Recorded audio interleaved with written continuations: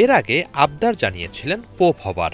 এবারে পোপের বেশে নিজের ছবি পোস্ট করলেন সামাজিক মাধ্যমে। মার্কিন প্রেসিডেন্ট ডোনাল্ড ট্রাম্পের এহেন আচরণে সামাজিক মাধ্যম থেকে শুরু করে সর্বক্ষেত্রে বইছে নিন্দার ঝড়। কেউ কেউ একে বলছেন ঠাট্টা তামাশা বা উপহাস, কেউ বলছেন শিশুসুলভ আচরণ, আর কেউ তীব্র সমালোচনা করে ভাঁড় বলে ডাকছেন মার্কিন প্রেসিডেন্টকে। যেটাই হোক, দায়িত্বশীল কারো কাছ থেকে আসা এমন আচরণকে একেবারেই অগ্রহণযোগ্য হিসেবে দেখা হচ্ছে।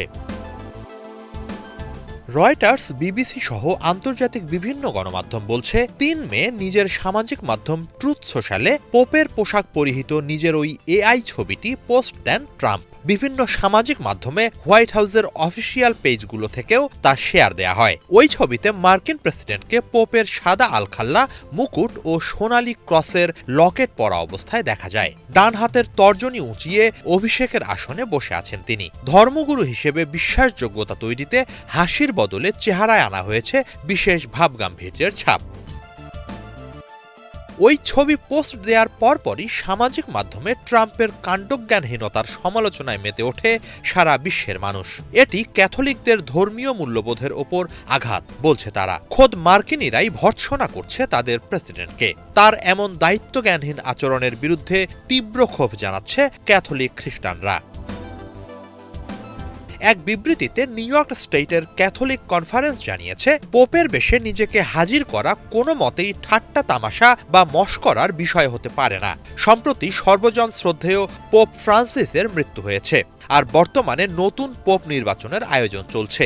এমন শোক ও ধর্মীয় ভাবগাম্ভীর্যের সময় এ ধরনের উপহাস না করতে ট্রাম্পের প্রতি আহ্বান জানিয়েছে তারা।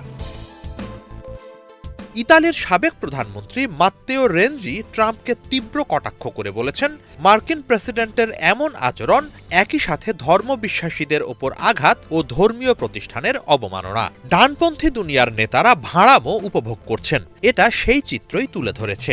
অথচ একই সময়ে মন্দার ঝুঁকিতে মার্কিন অর্থনীতি, ডলারের মূল্য কমছে। ডানপন্থীরা সবখানেই ক্ষয়ক্ষতি বয়ে আনছে বলে অভিযোগ রেনজির।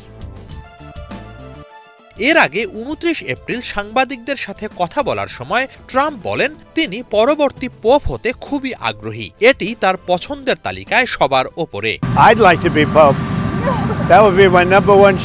তবে ট্রাম্পের এসব আচরণে প্রতিক্রিয়া জানতে চাওয়া হলেও কোনো প্রকার মন্তব্য করতে অস্বীকৃতি জানিয়েছে ভ্যাটিকান কর্তৃপক্ষ। ২১ এপ্রিল ৮৮ বছর বয়সে ভ্যাটিকানে নিজ বাসভবনে মারা যান পোপ ফ্রান্সিস। তার অবর্তমানে নতুন পোপ নির্বাচনের আয়োজন চলছে। আগামী সপ্তাহ নাগাদ নতুন পোপ নির্বাচন প্রক্রিয়া শুরু হতে পারে বলে আশা করা হচ্ছে। হিজল জোবায়ের, বাংলা ভিশন।